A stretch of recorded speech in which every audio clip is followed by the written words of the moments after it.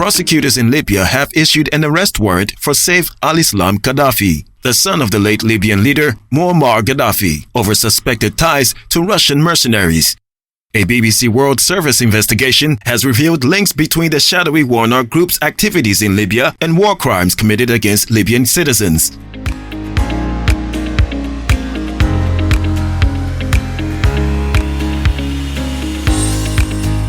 The Russian fighters first appeared in Libya in 2019 when they joined the forces of a rebel general Khalifa Haftar in attacking the UN-backed government in the capital Tripoli. The conflict ended in a ceasefire in October 2020.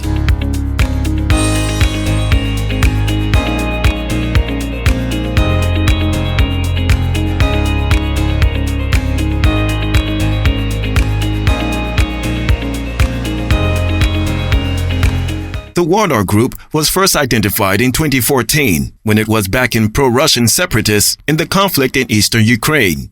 Since then, it has been involved in regions including Syria, Mozambique, Sudan, and the Central African Republic.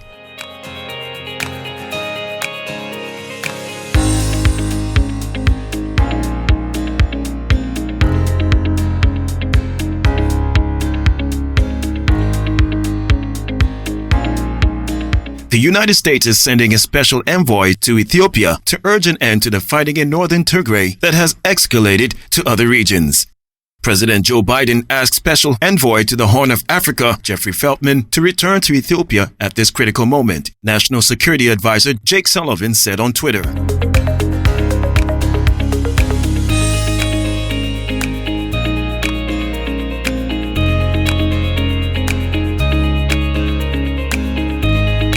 The Special Envoy will be traveling to Ethiopia, neighboring Djibouti, and the UAE for 10 days from Sunday and meet with officials to discuss ways to promote peace and stability in the region, the U.S. Department of State said in a statement.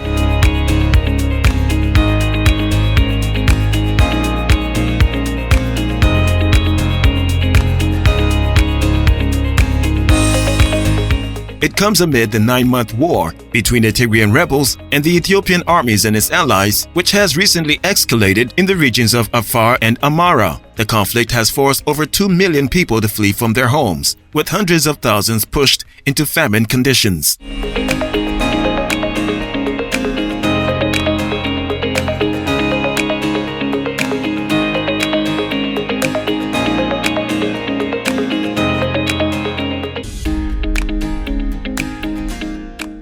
The UN has urged Afghanistan neighbors to keep their borders open as the number of civilians fleeing the Taliban onslaught swells. Many of those internally displaced have been arriving in Kabul, seeing the capital as their last safe refuge.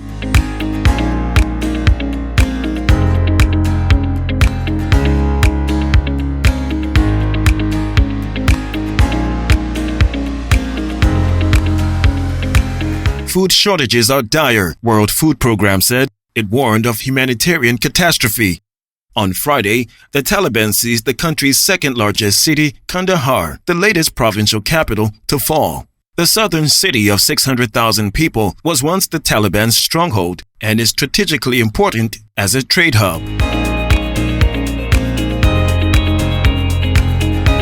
The insurgents also took the nearby city of Lashkargah and now control about a third of Afghanistan's provincial capitals. Many of those seeking safety in Kabul are sleeping on streets. About 72,000 children are among those fleeing the capital in recent days, according to Save the Children.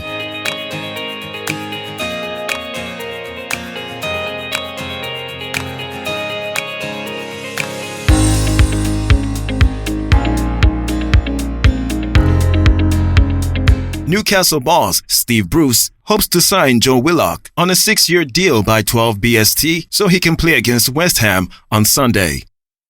The Arsenal midfielder, 21, completed a medical on Friday morning, and Bruce said he would train before assessing whether he would feature in Newcastle's game at St. James Park.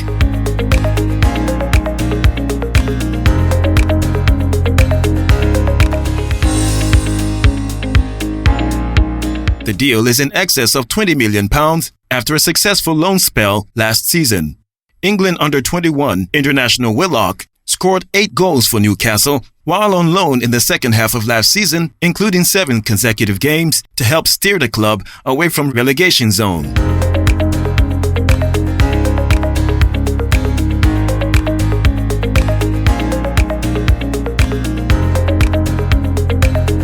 Bruce admitted that at one point he did not think the deal would happen after Arsenal turned down the loan approach. But he said that a permanent deal was great for us and would improve the team as they seek to better last season's 12th place finish in the Premier League.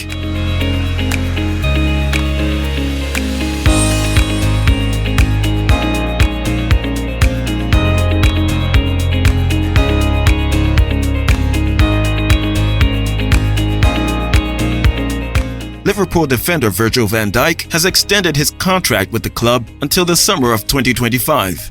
The 30-year-old, who was under contract until 2023, follows Trent Alexander-Arnold, Fabinho, and Alisson in signing new deals with the club this summer.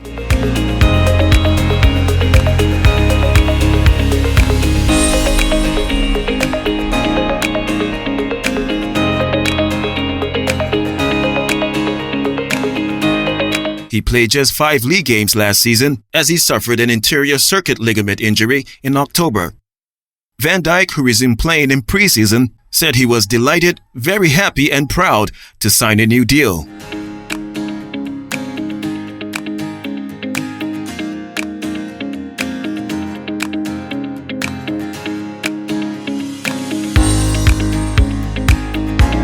Since Van Dijk joined Liverpool in January 2018, he has won 72 of his 95 Premier League games.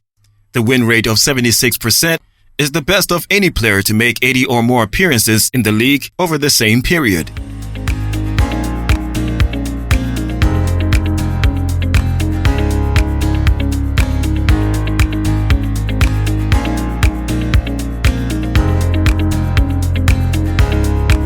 Beyoncé has spoken about creating boundaries between her public and private life. The singing superstar, who has been in public eye for 2 decades since Destiny's Child shot to fame in 1990, said it was easy to lose yourself in show business, and said the cutthroat industry can easily take your spirit and light, then spit you out.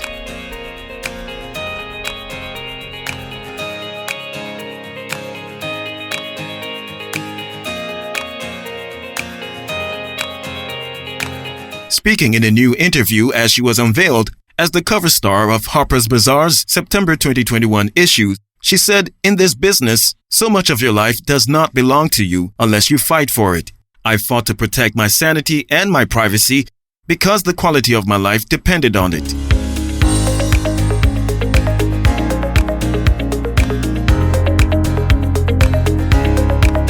Mother of 3, 39, who's been married to rapper Jay-Z since 2008, says she has fought to have a private life despite her success, arguing her quality of my life depended on it. She said, "Throughout my career, I've been international about setting boundaries between my stage persona and my personal life."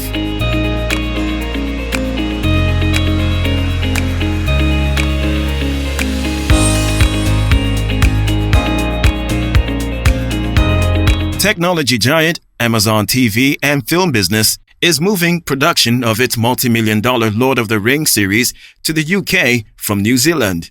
The as-yet untitled fantasy epic is set thousands of years before the events in J.R.R. Tolkien's books, The Hobbit and The Lord of the Rings.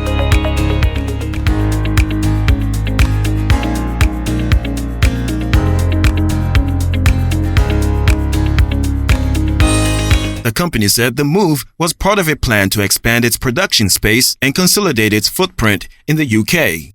Amazon Studios spent $465 million on the first season of the show.